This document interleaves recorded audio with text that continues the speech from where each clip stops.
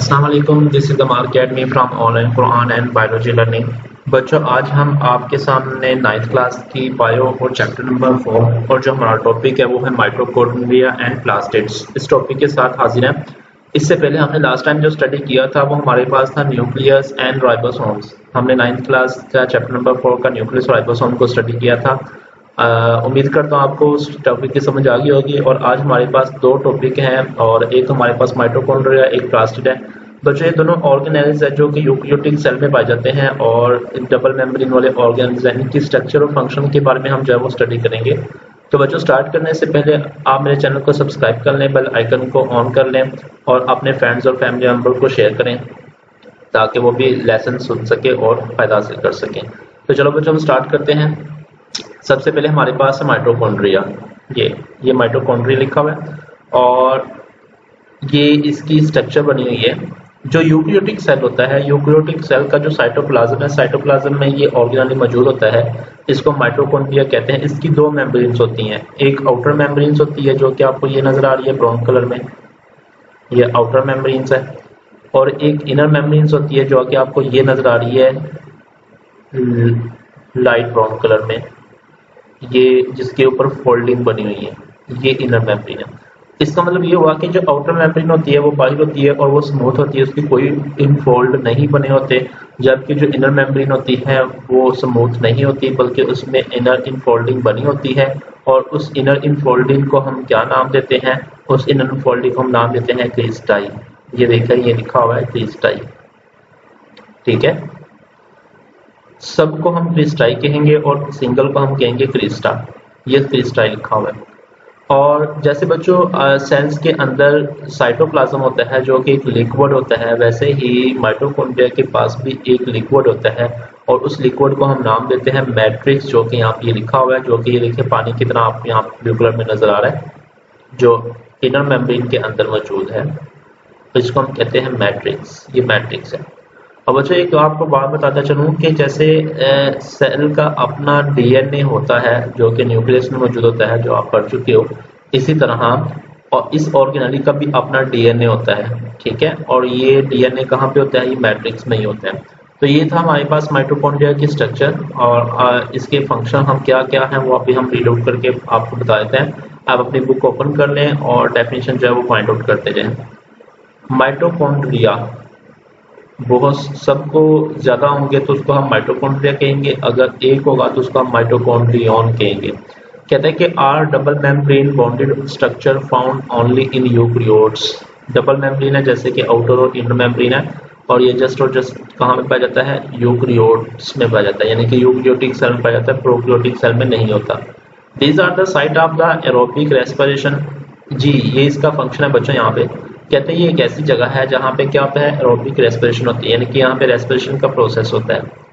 अगर ये रेस्पिरेशन का प्रोसेस होता है तो यकीनन भी ये हमें एनर्जी देता होगा, क्योंकि रेस्पिरेशन के दौरान एटीपी बनती है और एटीपी हमें एनर्जी देती है और हम अपनी एक्टिविटी परफॉर्म करते हैं।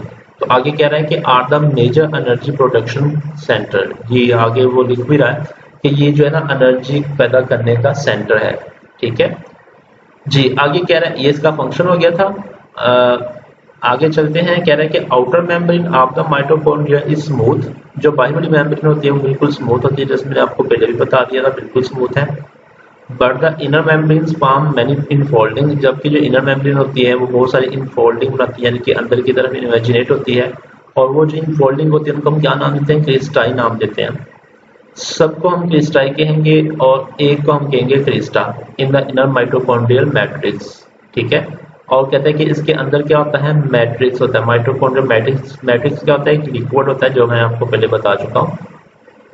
This serve to increase the surface area of inner membrane. ये क्यों अनफोल्डिंग होती है? ताकि यहाँ का जो सरफेस एरिया वो बढ़ा सके। इन मेम्ब्रेन्स की वजह से इनका सरफेस एरिया बढ़ जाता है। On which membrane bounding reaction can take place. और सरफेस एरिया बढ़ने की वजह से क्या होता है? यहाँ पे जो रिएक्शन होता है वो आराम से टेक प्लेस होता है, यानी कि आराम से होता है यहाँ पे, ठीक है। ये वो बता रहा है। तो ये मैट्रिक्स का फंक्शन था कि यहाँ पे इनफोल्डिंग क्रिस्टाई का बारे में बता रहा था। ये इनफोल्डिंग इसलिए है ताकि इनका जो सरफेस एरिया वो बढ़ा सके, और सरफेस एरिया बढ़ने की वजह से फिर क्या होता है कि जो रिएक्शन है वो आराम से टेक प्लेस होता है।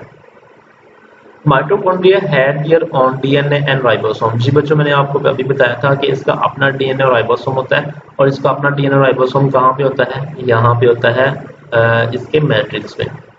The ribosome of mitochondria are measure similar to the bacterial ribosome than eukaryotic ribosome।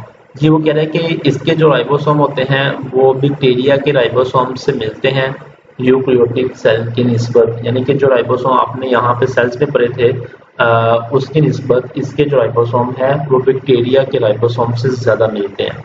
ठीक है, तो ये था हमारे पास माइटोकॉन्ड्रिया।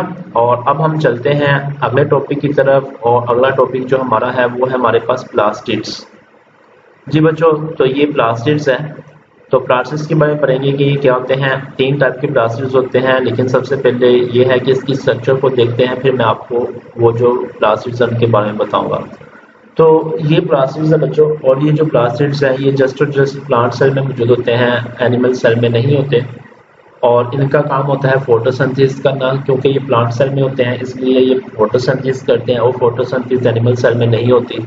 इसका मतलब ये हुआ कि ये जो प्लास्टिड्स हैं ये क्या करते हैं, ये फोटोसिंथेसिस में हेल्प करते हैं और इस तरह खाना तैयार करने में मदद करते हैं। तो बच्चों, जैसे माइटोकॉन्ड्रिया की डबल मेम्ब्रेन्स थी, वैसे इसकी भी डबल मेम्ब्रेन्स हैं। जैसे कि एक आउटर मेम्ब्रेन्स है जो आपको ये नजर आ रही है, बिल्कुल ये देखें, ये सारी की सारी आउटर मेम्ब्रेन्स हैं, और एक इनर मेम्ब्रेन्स है जो आगे आपको ये नजर आ रही है, यहाँ पे ये इनर मेम्ब्रेन्स है। ठीक है, तो एक आउटर मेम्ब्रेन जो बिल्कुल स्मूथ है और एक इनर मेम्ब्रेन्स है, और इस इनर मेम्ब्रेन्स के अंदर जो है वो क्या है, आपको यहाँ पे क्वाइंस नुमा आपको गोल गोल स्ट्रक्चर नजर आ रही है। जैसे क्वाइंस पड़े होते हैं 1 2 3 4 5 6, इस तरह 1 2 3 4 5 6 एक, ये जो आपको यहाँ पे नजर आ रहे हैं यहाँ पे क्वाइंस, इस एक क्वाइंस को हम नाम देते हैं थैलाक्वाइड। एक जो गोल सी स्ट्रक्चर होती है उसको हम क्या नाम देते हैं? थैलाक्वाइड नाम देते हैं। इसका मतलब ये कि ये थैलाक्वाइड है, एक थैलाक्वाइड, दूसरा थैलाक्वाइड, तीसरा थैलाक्वाइड, चौथा थैलाक्वाइड, 5th 6th 7th और 8th, ये 8th थैलाक्वाइड का एक ढेर लगा हुआ है यहाँ पे। इसी तरह यहाँ पे भी थैलाक्वाइड्स हैं 1 2 3 4 5 6 7 8, ये भी 8 थैलाक्वाइड्स के जो है वो क्या है, एक ढेर लगा हुआ है, ये भी थैलाक्वाइड्स के ढेर है। तो इसका मतलब एक थैलाक्वाइड है और एक ढेर को हम नाम देते हैं ग्रेनम। एक ढेर को, जो एक ढेर होगा उसको हम नाम देंगे ग्रेनम, और इन सब को जितने भी ढेर हैं जैसे कि 1 2 3 4 5 6 7 8 और 9 यहाँ पे ढेर लगे हुए हैं, तो इन 9 को हम नाम देंगे ग्रेना। एक को हम ग्रेनम कहेंगे और सबको हम क्या कहेंगे? ग्रेना कहेंगे। ग्रेनम सिंगुलर और ग्रेना सबको हम कहेंगे। और इसके अंदर जो एक क्वाइंस है, एक गोल से स्ट्रक्चर है, उसको हम थैलाक्वाइड कहेंगे। बच्चों ये इसमें आपको कंफ्यूजन होगी, तो इसलिए मैं बार बार बता रहा हूँ, इसको आप गौर से सुने कि एक ये जो सिक्का है, एक गोल से जो स्ट्रक्चर है ये थैलाक्वाइड है, और यहाँ पे थैलाक्वाइड के ढेर हैं। ये देखें, ये एक थैलाक्वाइड का ढेर है, मतलब इस ढेर के अंदर 8 थैलाक्वाइड है, इस ढेर के अंदर भी 8 थैलाक्वाइड्स हैं, और इस तरह इन्होंने एक ढेर बनाया हुआ है, और एक ढेर को हम नाम देते हैं ग्रेनम, और सबको हम नाम देंगे ग्रेना। ठीक है, समझ आ गई? तो ये था हमारे पास। और इसके अलावा जैसे माइटोकॉन्ड्रिया में आपको एक लिक्विड था जिसको हमने नाम दिया था मैट्रिक्स। यहाँ पे भी आपको एक लिक्विड नजर आ रहा है, ये येलो कलर में, ये जो लिक्विड है इसको हम नाम देते हैं स्ट्रोमा। ठीक है, इसको हम नाम देते हैं स्ट्रोमा। और बच्चों इसका भी अपना डीएनए होता है और अपना राइबोसोम होता है, जैसे कि माइटोकॉन्ड्रिया का होता है। तो ये एक डबल मेम्ब्रेन बॉन्डेड ऑर्गेनेलिस है जो कि प्लांट सेल में जस्ट पाया जाता है, एनिमल सेल में नहीं पाया जाता। ये थी बच्चों इसकी स्ट्रक्चर। अब हम चलते हैं रीडिंग की तरफ और मैं मजीद इसके बारे में आपको बताऊंगा। जी ये है plastids. Plastids are also membrane-bonded organelles that only occur in the cell of the plants and photosynthetic protist। जी बच्चों ये वो कह रहा है कि ये डबल मेम्ब्रेन वाला ऑर्गेनेलिस है और ये जस्ट कहाँ पे पाया जाता है? प्लांट सेल में या ऐसे ऑर्गेनिज्म में जो कि फोटोसिंथेटिक होते हैं, जैसे कि algae. They are of 3 type, इसकी 3 टाइप होती हैं। Number 1 chloroplast, number 2 leucoplast, number 3 chromoplast. बच्चों जो आपको मैंने एक स्ट्रक्चर बताई थी ये वाली, ये जो स्ट्रक्चर है ना, ये क्लोरोप्लास्ट है, ये फर्स्ट। ठीक है, तो ल्यूकोप्लास्ट और क्रोमोप्लास्ट भी सेम इसी तरह के होते हैं, उसमें इतना फर्क नहीं होता, थोड़ा सा होता है। तो हम ये क्लोरोप्लास्ट सबसे पहले पढ़ेंगे। नंबर 1 इसको कर लें क्लोरोप्लास्ट, नंबर 2 हमारे पास ल्यूकोप्लास्ट, नंबर 3 हमारे पास क्रोमोप्लास्ट। सबसे पहले हम क्लोरोप्लास्ट पढ़ते हैं। Like mitochondria chloroplast is also bound by a double membranes. कहते हैं कि इसके पास भी क्या होती है, डबल मेम्ब्रेन्स होती हैं। The outer membranes is the smooth, जो बाहर वाली होती है वो बिल्कुल स्मूथ होती है, जबकि inner membranes give rise to the sacs, जबकि इनर वाली मेम्ब्रेन्स होती है वो सैक्स, सैक्स मींस पाउच, थैली। ये देखें थैलियां दे रही है, एक थैली दूसरी थैली, एक थैली को हम नाम देते हैं थैलाकॉइड। तो कहते हैं कि थैलियां बनाती है इनर मेम्ब्रेन्स जो है, तो उनको हम नाम देते हैं थैलाकॉइड्स। ठीक है, इसको पॉइंट आउट कर लें, ये थैलाकॉइड्स की डेफिनेशन है यहाँ से। Inner membranes give rise to the sacs called thylakoids.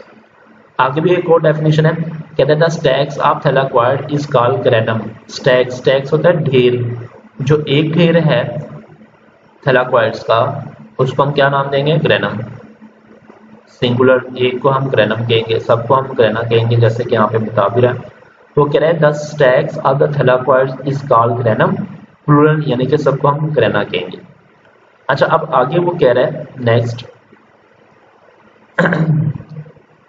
Grana floats in the inner fluids of chloroplast. जो ग्रेना होते हैं वो कहाँ पे होते हैं, एक फ्लूइड्स के अंदर मौजूद होते हैं और उसको फ्लूइड्स को हम नाम देते हैं स्ट्रोमा। जैसे कि मैंने आपको बताया था, ये भी एक लिक्विड चीज होती है। क्लोरोप्लास्ट, आगे इसका फंक्शन है बच्चों, ये फंक्शन बता रहा है, यहाँ पे आप फंक्शन की हेडिंग दे सकते हो। ये इसकी स्ट्रक्चर और डेफिनेशन के बारे में तो आपने पढ़ लिया, अब इसकी फंक्शन है।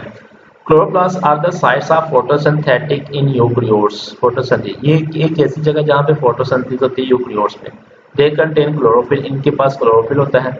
और क्लोरोफिल क्या होता है आगे उसकी बता रहा है, ग्रीन पिगमेंट है नेसेसरी फॉर फोटोसिंथेसिस, जो कि फोटोसिंथेसिस के लिए जरूरी होता है, उसको हम कहते हैं कि ये क्या है, एक पिगमेंट है।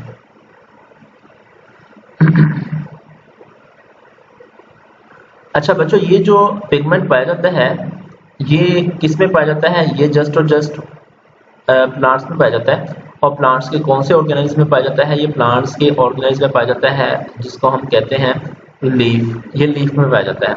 और आपको पता है कि ये क्लोरोफिल की वजह से, क्योंकि ग्रीन पिगमेंट है और ये लीफ में पाए जाते हैं प्लास्टिड्स वगैरह या क्लोरोप्लास्ट, तो इसी की वजह से, इस पिगमेंट्स की वजह से जो पत्तों का कलर होता है वो ग्रीन होता है। तो ये आपको आज पता चल गया कि आज पत्तों का कलर ग्रीन ही क्यों होता है, कोई और कलर क्यों नहीं होता। उसकी रीजन ये होती है क्योंकि ये जो पिगमेंट है क्लोरोफिल, ये इसकी वजह से ये ग्रीन कलर का होता है, और क्योंकि ये जो ऑर्गेनेल्स है ये लीफ में पाया जाता है, इसलिए पत्तों का जो कलर होता है वो ग्रीन होता है। ठीक है, अच्छा अब आगे चलते हैं। ये तो हो गया। द सेकंड टाइप, इसकी दूसरी टाइप है प्लास्ट, उसको हम कहते हैं क्रोमोप्लास्ट। क्लोरो का मतलब होता है, मैं सॉरी मतलब बताना भूल गया था, क्लोरो मीन्स होता है ग्रीन, प्लास्ट मतलब बॉडी, यानी कि ग्रीन बॉडी, जिसका ग्रीन कलर हो उसको हम कहते हैं क्लोरोप्लास्ट। क्रोमोप्लास्ट, इसका मतलब होता है क्रोमो मीन्स एनी कलर, कोई भी कलर, ग्रीन से हट के कोई भी और कलर हो उसको हम कहते हैं chromo.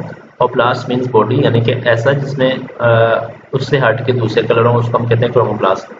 They contain pigments associated with the bright color and are present in the cells of flower petals and fruits।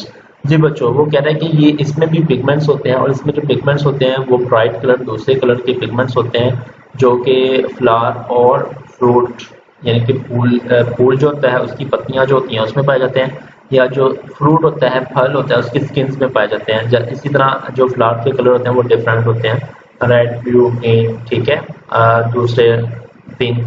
तो वो इसी की वजह से होता है क्योंकि इसमें बहुत सारे दूसरे पिगमेंट्स, दूसरे कलर के पिगमेंट्स होते हैं।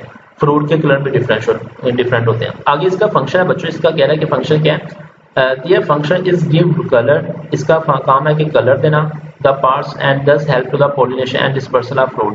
तो इस तरह पोलिनेशन में हेल्प करते हैं और फ्रूट को डिस्पर्स करते हैं, यानी कि फ्रूट को एक जगह से दूसरी जगह पहुंचाते हैं, लाते हैं। ठीक है, अच्छा अब ये जो बात है ये किस तरह है कि मतलब कलर देने से ये पोलिनेशन क्या होती है, पोलिनेशन होती है बच्चों के एक इंसेक्ट्स का पोलन ग्रेन्स को पकड़ना और उसको किसी दूसरे प्लांट के ऊपर लेके जाना, इस तरह पोलिनेशन होती है, और पोलिनेशन में ये हेल्प करते हैं। अब देखें ना, अगर इनके ब्राइट कलर होंगे तो आपको पता है कि बटरफ्लाई या शहद की मक्खी जो होती है वो आपको पता है कि वो कलरफुल जो फ्लावर होते हैं उनके ऊपर ही बैठती है। उसकी रीज़न यही होती है कि क्रोमोप्लास्ट ब्राइट कलर देता है, जिसकी वजह से वो अट्रैक्टिव होते हैं। अट्रैक्टिव होने की वजह से फिर पोलराइजेशन के साथ चिपकते हैं, ये एक फ्लावर से दूसरे फ्लावर में जाते हैं और इस तरह फिर पोलिनेशन में हेल्प करते हैं। ठीक है, तो ये था हमारे पास क्रोमोप्लास्ट। अब लास्ट हमारे पास जो टाइप है इसकी, वो हमारे पास है ल्यूकोप्लास्ट। ल्यूकोप्लास्ट को देखते हैं। क्या leucoplast are the third type of plast, ये तीसरी टाइप है। दे आर कलरलेस, और ये कलरलेस होती है, इसमें कोई पिगमेंट नहीं होता, इसलिए इसका कोई कलर भी नहीं होता।